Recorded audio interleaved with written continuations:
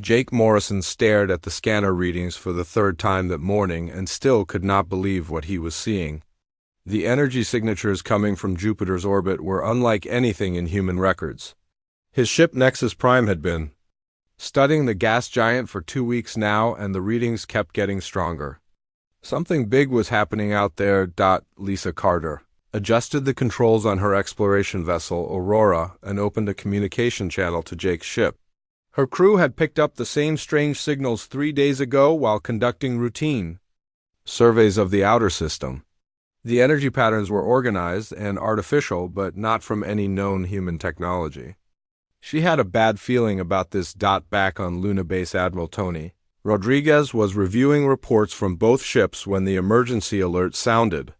His communications officer looked up with wide eyes and said the words that would change everything. Massive objects were emerging from hyperspace near Jupiter. The energy readings were off the charts and getting closer to Earth with each passing hour. Jake watched in amazement as enormous ships materialized out of empty space. They were sleek and dark with strange symbols glowing along their hulls. The lead vessel was easily 10 times larger than anything humans had ever built.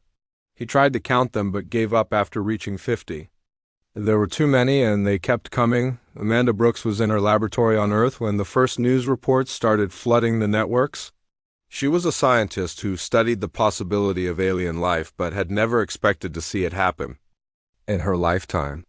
The images from the outer system showed ships that were clearly not human. Her hands shook as she realized that first contact was happening right now. The alien fleet moved with purpose. Toward Earth, their ships formed perfect formations that spoke of military discipline and advanced coordination. Lisa tried broadcasting standard first contact protocols on all frequencies but received no response. The aliens seemed to have their own agenda and were not interested in talking. On the lead alien vessel, Overlord Vexstar studied the primitive planet before him. His species, the Zephyrians, had been watching Earth for decades. They had seen the humans fight wars among themselves and struggle with simple problems. These creatures would make excellent slaves for the Empire. They were strong enough for heavy labor, but clearly, too, divided and weak to resist properly. The first demonstration came without warning. Orbital defense platforms that had protected Earth for generations simply stopped working. The aliens had disabled them from a distance using technology that humans could not understand. Tony Rodriguez watched helplessly as his most advanced weapons became useless metal in space. Cities across Earth looked up to see dark shapes blotting out the sun. The harvest ships descended like giant insects ready to feed. They landed in major population centers and immediately began their work. Massive tractor beams lifted entire city blocks into the air while smaller craft rounded up fleeing humans like cattle. Jake tried to fight back with his small ship, but the aliens swatted him aside like an annoying fly. His weapons did no damage while their return fire nearly destroyed Nexus Prime. He managed to escape but could only watch as the horror unfolded below.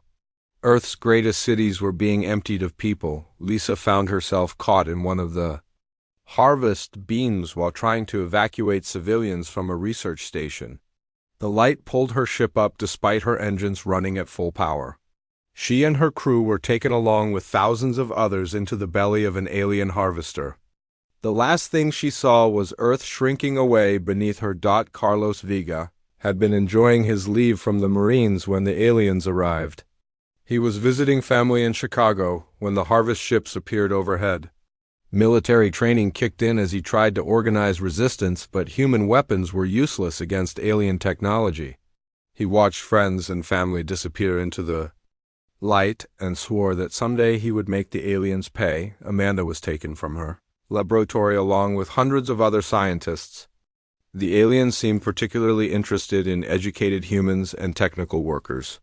She found herself packed into a holding cell with doctors, engineers, and teachers. Everyone was scared but trying to stay calm. The aliens had not harmed them yet, but no one knew what was coming next. Tony coordinated Earth's defense from his underground command center, but it was hopeless. In 6 hours, the aliens had taken over 50 million people from major cities around the world. The remainder of humanity was scattered and hiding.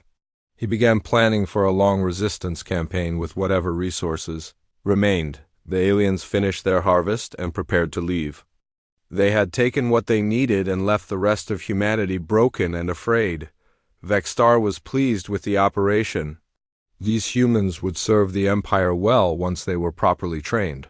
He had conquered dozens of worlds, and this was just another successful harvest, but as the alien fleet disappeared into hyperspace, carrying millions of human prisoners, the survivors on Earth were already planning.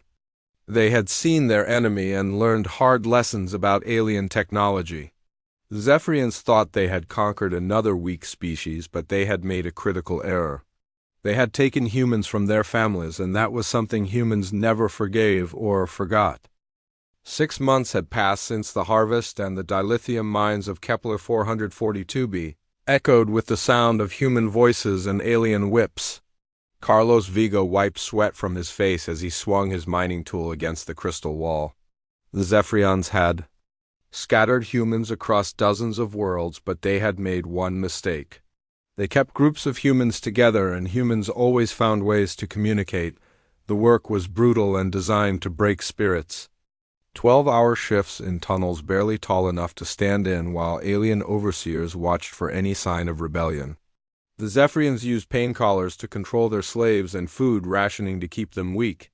Most alien species broke within weeks of this treatment, but humans were proving more stubborn than expected. Carlos had been a Marine sergeant before the harvest, and those skills served him well now.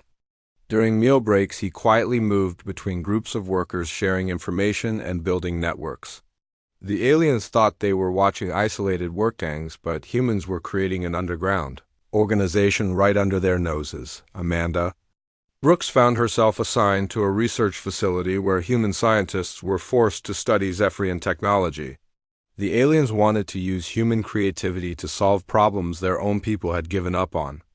They did not realize that every piece of information they shared was being memorized and passed along through the growing resistance network. The Zephyrians had built their empire on the labor of enslaved species, but none had ever organized like humans were doing. Other races worked in silent despair or tried individual escape attempts that always failed. Humans shared information, planned together, and looked out for each other in ways that confused their captors. Lisa Carter had ended up in a processing facility on Proxima Centauri B where new slaves were trained for different types of work. She used her position helping with orientation to map the facility and identify security weaknesses. Every new group of humans received not just alien training but also secret instructions on how to survive and resist. Back on Earth, Patricia Hayes had been promoted to general and was rebuilding humanity's military forces with whatever resources remained.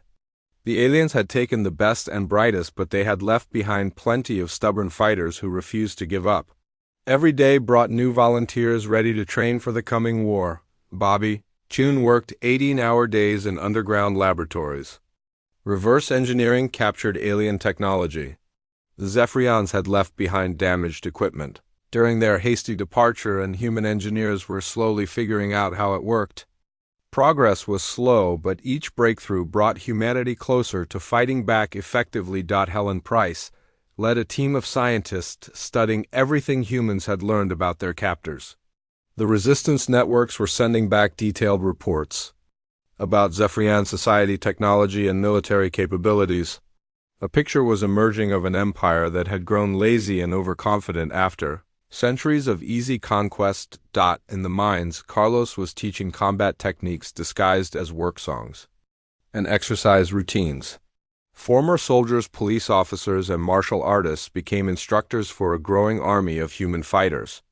The aliens saw tired workers, but humans were building something much more dangerous. Ryan Kelly had been a NASA pilot before the harvest and now found himself planning escape attempts from an orbital processing station. His first attempt had failed, but provided valuable intelligence about security systems and guard rotations. Each failure taught the humans more about their captors' weaknesses. The Zephyrians began to notice problems, but could not understand what was happening. Work slowdowns became more common and coordinated. Equipment failures increased as humans learned subtle sabotage techniques. Small items disappeared from storage areas as the resistance built up supplies for future operations. Maria Santos had been a teacher before becoming a slave, and now she taught much more than the aliens intended. During language lessons, she passed coded messages between work groups. Storytime became strategy sessions disguised as entertainment. The aliens thought they were watching educational activities, but humans were planning revolution. Danny Murphy used his construction background to map the facilities where humans were held. He identified structural weaknesses that could be exploited and hiding places where supplies could be stored. His reports went back to Earth through the growing communication network that connected human slaves across multiple star systems. On Earth, Tony Rodriguez received these reports and began planning rescue missions. Humanity's new fleet was small, but incorporated alien technology stolen from the Harvest ships. Each vessel represented months of desperate work by engineers who refused to accept defeat. The first rescue mission was being planned for the Proxima Centauri system. The Zephyrians had expected their human slaves to be broken and compliant within months like every other species they had conquered. Instead, they found workers who grew more organized and defiant with each passing day. Reports from overseers described disturbing incidents of cooperation and planning that should not have been possible. Vextar reviewed these reports with growing concern. Previous slave species had never shown this level of organization or resistance.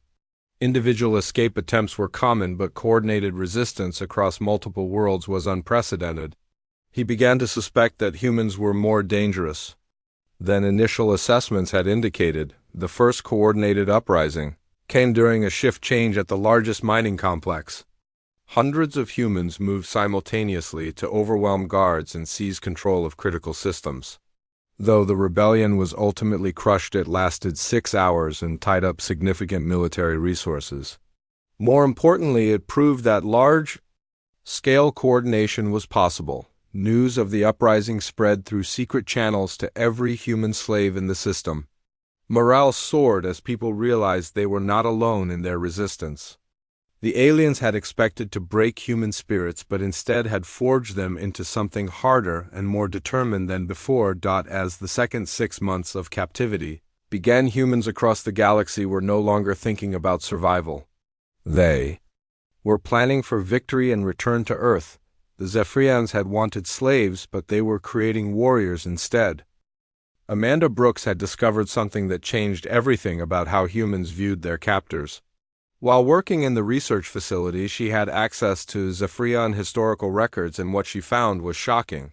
The mighty empire that had conquered dozens of worlds was built on a foundation of weakness and dependence that stretched back thousands of years. The Zephyrians had not always been slavers.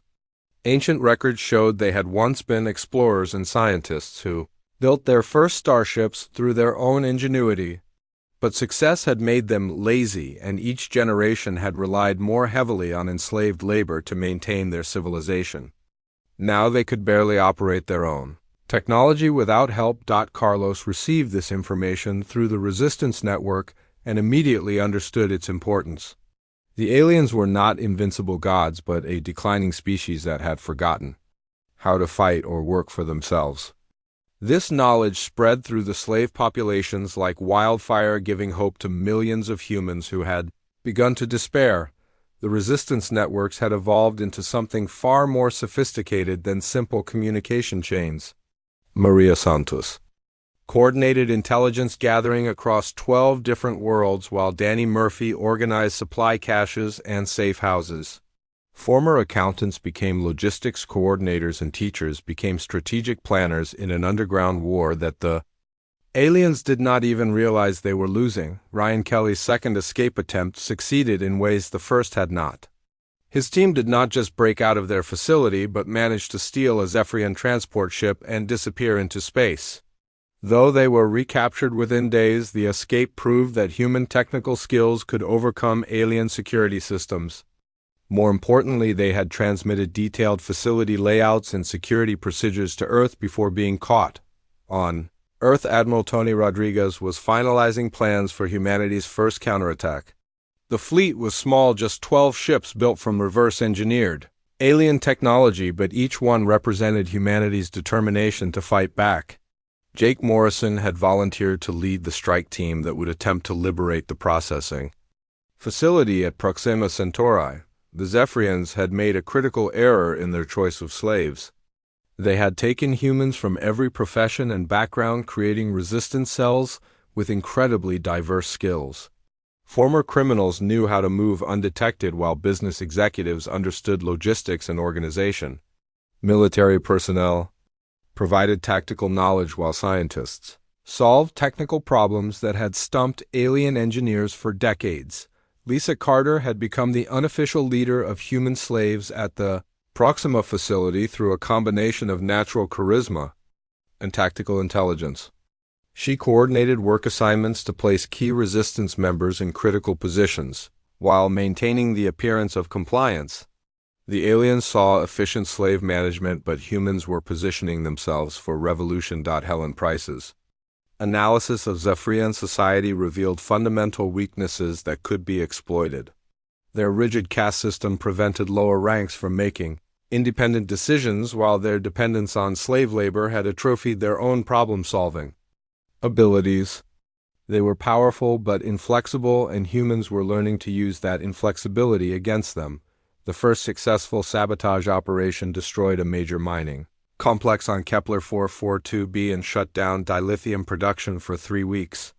Carlos had organized the attack using techniques learned from studying Zephyrian security procedures. The aliens investigated for months but never discovered how a coordinated strike could have been launched by supposedly isolated work groups. Communication between Earth and the slave populations had evolved beyond simple message passing. Bobby Chun had developed a quantum communication system based on stolen alien technology that could transmit data instantaneously across interstellar distances. For the first time since the harvest, humans on different worlds could coordinate in real time. The rescue mission launched from Earth with minimal fanfare but maximum preparation.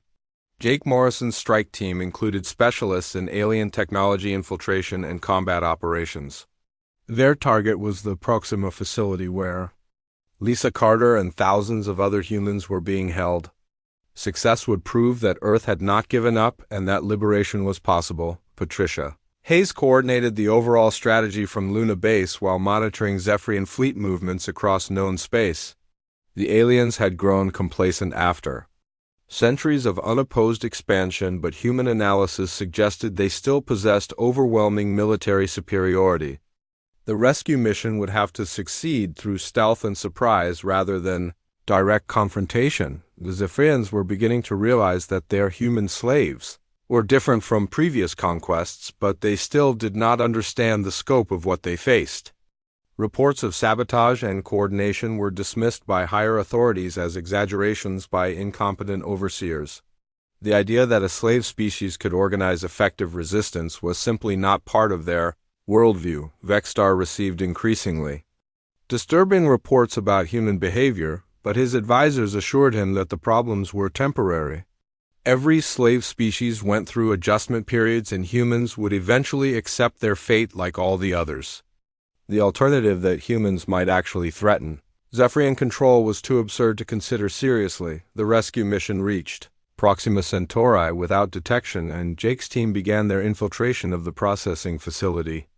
Lisa Carter's intelligence network had provided detailed maps and security schedules that allowed the human strike force to move through the complex undetected. What the aliens had built as an impregnable prison was about to become a liberation point. Meanwhile, resistance cells across known space prepared for coordinated uprisings, timed to coincide with the rescue operation. The plan was ambitious beyond anything attempted before, but humans had learned that their greatest strength lay in their ability to work together across vast distances and cultural differences. The aliens had scattered humanity across the galaxy, but had only succeeded in spreading human determination to every corner of their empire. As the rescue team reached the main detention areas, Lisa Carter smiled for the first time in months. The signal from Earth meant that her home world had not forgotten its captured children and was coming to bring them back. More importantly, it meant that the war of liberation was about to begin and humans were ready to show their captors what they had really created. The rescue mission at Proxima Centauri succeeded beyond everyone's wildest expectations. Jake Morrison's strike team not only liberated the processing facility but captured 3 Zephyrian vessels and rescued over 10,000 human prisoners. The news spread through secret channels to every slave camp in the galaxy, and the effect was electric. Earth had not fallen and liberation was possible. Lisa Carter stood on the bridge of the captured alien ship looking at stars she had not expected to see again. The rescue had been perfectly timed, with uprisings at facilities across the system, and the Zephyrians had been caught completely off guard. For the first time since the Harvest, humans had won a real victory against their captors and proven that alien technology could be turned against its creators. Carlos Vega received the news while planning his own uprising on Kepler 442b and immediately accelerated the timeline. The success at Proxima had shown that coordinated attacks could overwhelm Zephyrian defenses if properly executed. Within hours, his resistance network launched simultaneous strikes against mining complexes across the planet and managed to seize control of 3 major facilities before alien reinforcements could respond. The liberation of human slaves revealed something the Zephyrians had not anticipated. Other species throughout their empire had been watching the human resistance with growing interest and hope. Reptilian saurians from the Vega system and insectoid Krillians from Arcturus had suffered under Zephyrian rule for generations but had never successfully organized resistance movements until they saw what humans were accomplishing. Nicole Thompson had been an army engineer before the Harvest and now found herself teaching weapons manufacturing to a mixed group of human and alien slaves. The Zephyrians had made the mistake of placing different species together in some facilities, and humans immediately began sharing their resistance techniques with anyone willing to learn. Military knowledge that had taken Earth centuries to develop was being transmitted to dozens of species in a matter of weeks. Kevin Martinez used his police training to organize security for liberated facilities and soon found himself coordinating with former slaves from 6 different species. The aliens had all suffered under Zephyrian rule but had never learned to work together until humans showed them the benefits of cooperation. What had started as human resistance was becoming a galaxy-wide rebellion. On Earth, Patricia Hayes coordinated a massive expansion of the Liberation Fleet as reports poured in from across known space. 12 different worlds now had active resistance movements, and 3 star systems had been completely liberated from Zephyrian control. The enemy was being forced to divert military resources to suppress uprisings instead of expanding their empire further. Bobby Jones' communication network had evolved into a command and control system that connected resistance movements across hundreds of light years. Real-time coordination allowed for simultaneous attacks that overwhelmed Zephyrian response capabilities, while shared intelligence prevented the aliens from achieving surprise in their counterattacks. The scattered slave populations were becoming a unified military force. Amanda Brooks found herself appointed as liaison between human and alien resistance groups after her research into Zephyrian society proved invaluable to all species fighting for freedom. Her analysis of alien weaknesses had been translated into dozens of languages and was being used to plan attacks across multiple star systems. Science was becoming the foundation for military victory. The first major fleet engagement occurred when Zephyrian forces attempted to retake the Proxima system and encountered a combined human and alien defense force. The battle lasted 3 days and ended with the complete destruction of the Zephyrian attack fleet. For the first time in their history, the aliens had been defeated in open space combat by their former slaves. Tony Rodriguez commanded the Liberation Fleet from the captured Zephyrian dreadnought that Jake Morrison had brought back from Proxima. The ship had been refitted with human technology and crewed by volunteers from Earth, but its real power came from the intelligence networks that connected it to resistance movements throughout the galaxy. Information was proving more valuable than weapons in the growing war. Helen Price led scientific teams studying captured Zephyrian equipment and making rapid advances in understanding alien technology. Each breakthrough was immediately shared, with resistance groups who used the knowledge to improve their weapons and defensive systems. The technological gap between humans and Zephyrians was closing faster than anyone had thought possible. The Zephyrians finally began to understand the scope of what they faced when uprisings erupted simultaneously on 27 different worlds. Their military forces were scattered across hundreds of star systems, trying to maintain control while facing coordinated resistance from multiple species working together. The empire that had seemed invincible was suddenly fighting for survival. Maria Santos coordinated intelligence operations from a liberated facility that had become the unofficial capital of the resistance movement. Representatives from 8 different species worked together in what had once been a slave processing center, and was now the headquarters for the largest rebellion in galactic history. The aliens had created the conditions for their own downfall by bringing together species that learned to fight as one. Steve Lewis had been an accountant before the harvest, but now found himself planning complex military operations involving fleets from multiple star systems. His analytical skills proved perfectly suited for coordinating attacks across vast distances while managing supplies and reinforcements for dozens of different resistance groups. The liberation movement was becoming more sophisticated with each passing week.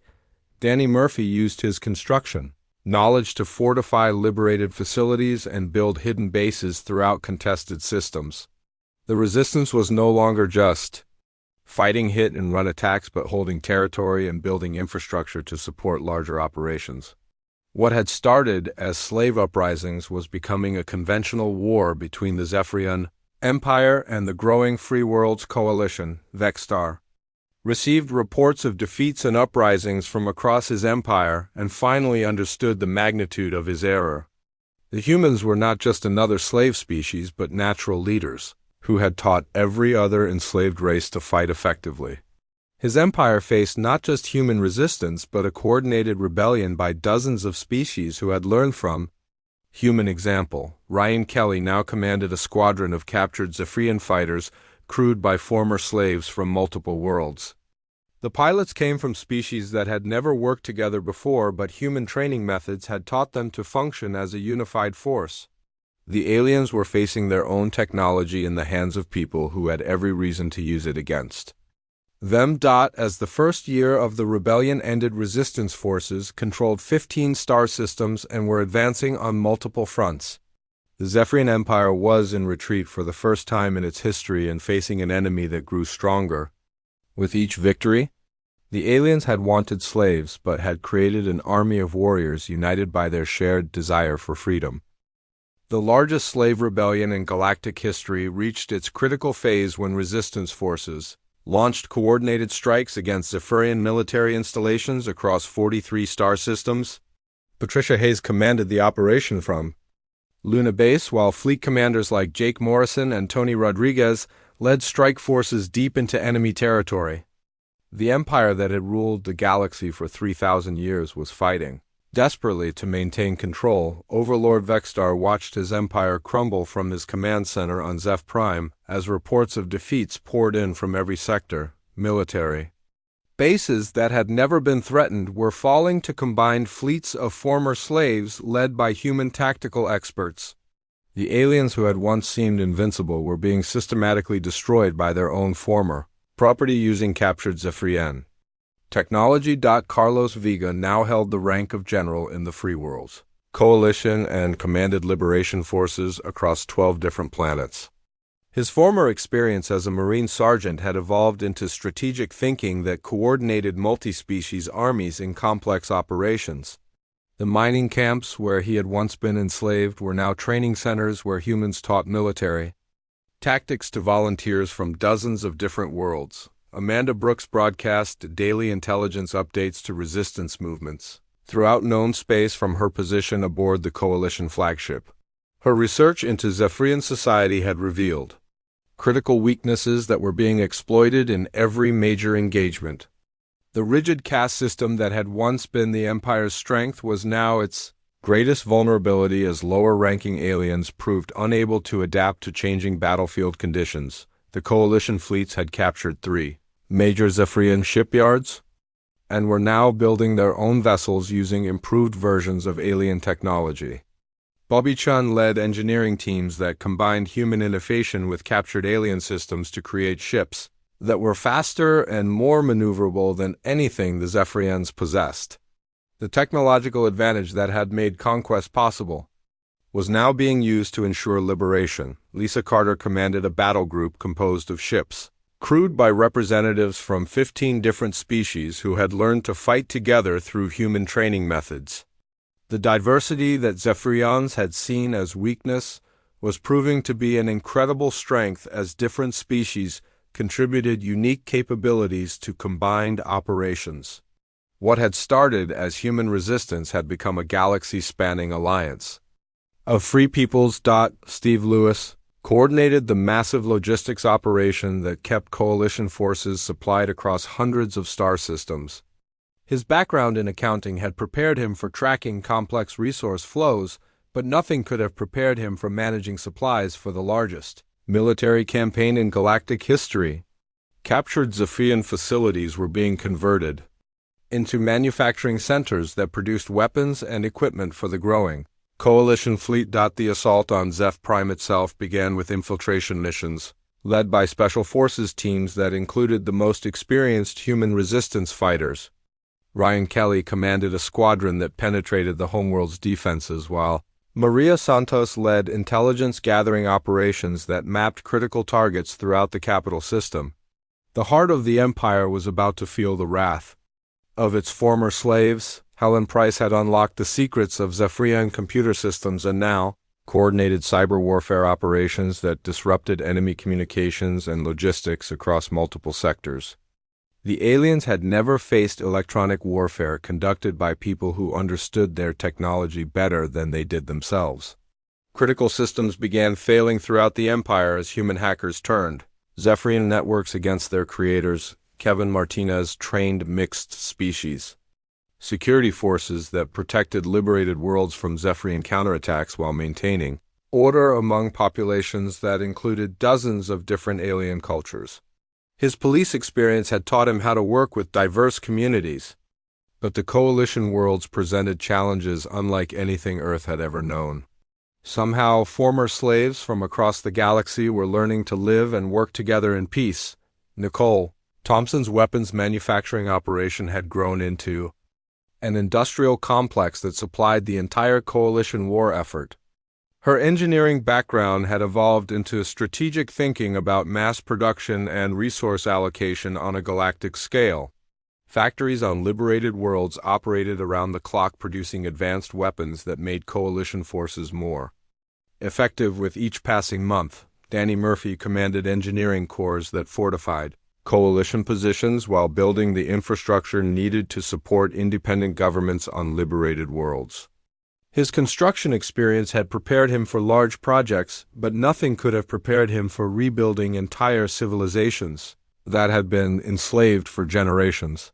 Former slave worlds were becoming thriving centers of free commerce and culture. Tony Rodriguez led the main fleet towards Zeph Prime, while coordinating with resistance movements throughout the Empire that launched diversionary attacks to prevent reinforcements from reaching the homeworld. The strategy required precise timing across hundreds of light years, but the communication networks that Bobby Chun had developed made real-time coordination possible even during intense combat operations. Jake Morrison commanded the ground invasion forces that would assault Zeph Prime itself once orbital defenses had been neutralized. His strike teams included the most experienced fighters from every species in the Coalition and represented the culmination of everything humans had learned about organizing effective resistance. The aliens would face their former slaves armed with their own technology and, motivated by years of suffering, the battle for Zeph Prime lasted 6 days and involved the largest space fleet ever assembled in galactic history. Coalition forces attacked from multiple directions while resistance cells on the planet itself sabotaged defensive systems and communication networks. The Zephyrians fought desperately, but they were facing enemies who knew their weaknesses and had been planning this moment for over a year. Vexstar realized too late that his species had made a fundamental error in choosing humans as slaves. These creatures possessed something that Zephyrians had lost over millennia of dependence on others. They could unite strangers into brothers, adapt to any situation, and fight not just for survival, but for principles that made life worth living. The Empire had created its own destroyer by enslaving the one species that would never accept permanent defeat. As coalition forces broke through the final defenses of Zeph Prime, the largest empire in galactic history, began its final collapse. Resistance movements that had started in slave camps were now liberating the homeworld of their former masters. The Zephyrians had wanted slaves to maintain their civilization, but had instead awakened warriors who would ensure that no species would ever again suffer under the yoke of slavery. The fall of the capital was only a matter of time, but the real victory had already been achieved. Dozens of species that had never cooperated before were working together to build a new kind of galactic civilization based on freedom and mutual respect rather than conquest and oppression. Humans had not just won their own liberation, but had sparked a revolution that would reshape the entire galaxy. The final assault on Zeph Prime saw coalition forces led by humans fighting alongside representatives from 47 different species in the largest liberation army ever assembled. Tony Rodriguez commanded the overall strategy, while Jake Morrison led ground forces through the streets of the Zephyrian capital. What had begun as a desperate slave uprising had become the death blow to the greatest empire in galactic history. Overlord Vexstar made his last stand in the Imperial Palace, surrounded by the few remaining loyal guards who had not already surrendered to coalition forces. He watched through security monitors as former slaves marched through streets that had never seen foreign soldiers in 3,000 years of Zephyrian rule. The impossible had happened, and his mighty empire was falling to creatures he had dismissed as primitive livestock. Carlos Vega led the assault team that breached the palace gates and found himself face to face with the alien leader who had ordered the enslavement of humanity. The former Marine sergeant who had organized resistance in mining camps now stood as a general in the army that had toppled an interstellar empire. He accepted Vexstar's surrender with the same calm professionalism he had shown throughout the long campaign. Amanda Brooks established the first interspecies council in the former Imperial Senate chamber, where representatives from liberated worlds began planning a new form of galactic government. Her research into Zephyrian weaknesses had evolved into expertise in building coalitions that could survive without oppressing others. The Free Worlds Coalition was becoming something unprecedented. In galactic history, the Zephyrian species itself faced an uncertain future as their empire collapsed around them. Stripped of their slaves, they had to learn basic survival skills that they had not needed for millennia.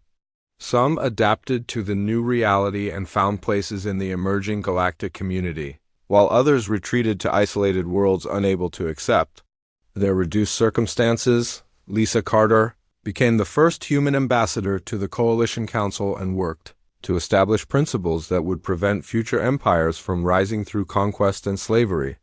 Her experience as both victim and liberator gave her unique insights into the conditions that allowed oppression to flourish.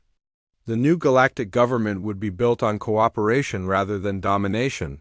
Patricia Hayes oversaw the transformation of Earth's military into the coalition fleet that would patrol known space to prevent future slavery and aggression. The Liberation War had shown that humans possessed natural leadership abilities that other species respected and followed. Earth became the informal capital of the free galaxy, not through conquest, but through the trust earned during the fight for liberation.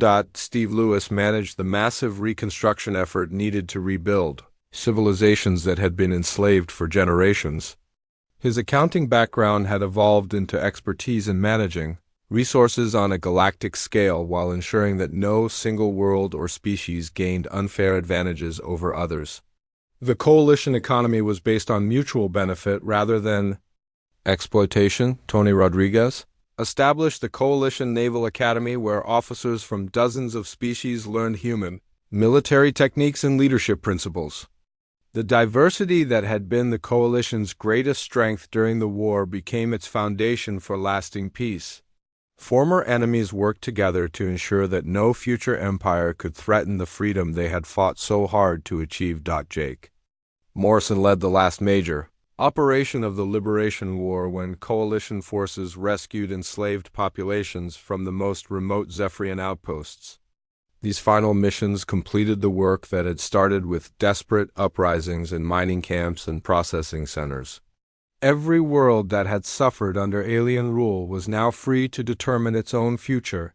Helen Price headed the technology sharing program that distributed advanced knowledge throughout the coalition while ensuring that no single group could use superior weapons to dominate others.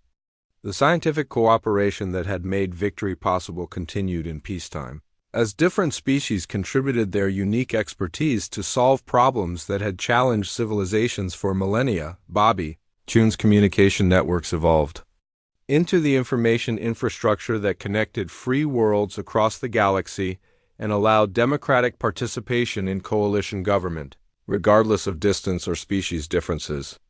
The same technology that had coordinated military resistance now enabled peaceful cooperation on a scale never before achieved. Ryan Kelly commanded the patrol fleets that protected trade routes and investigated reports of slavery or aggression. Throughout known space, former slaves became the guardians of galactic freedom, and their determination to prevent others from suffering as they had created the most effective peacekeeping force in history.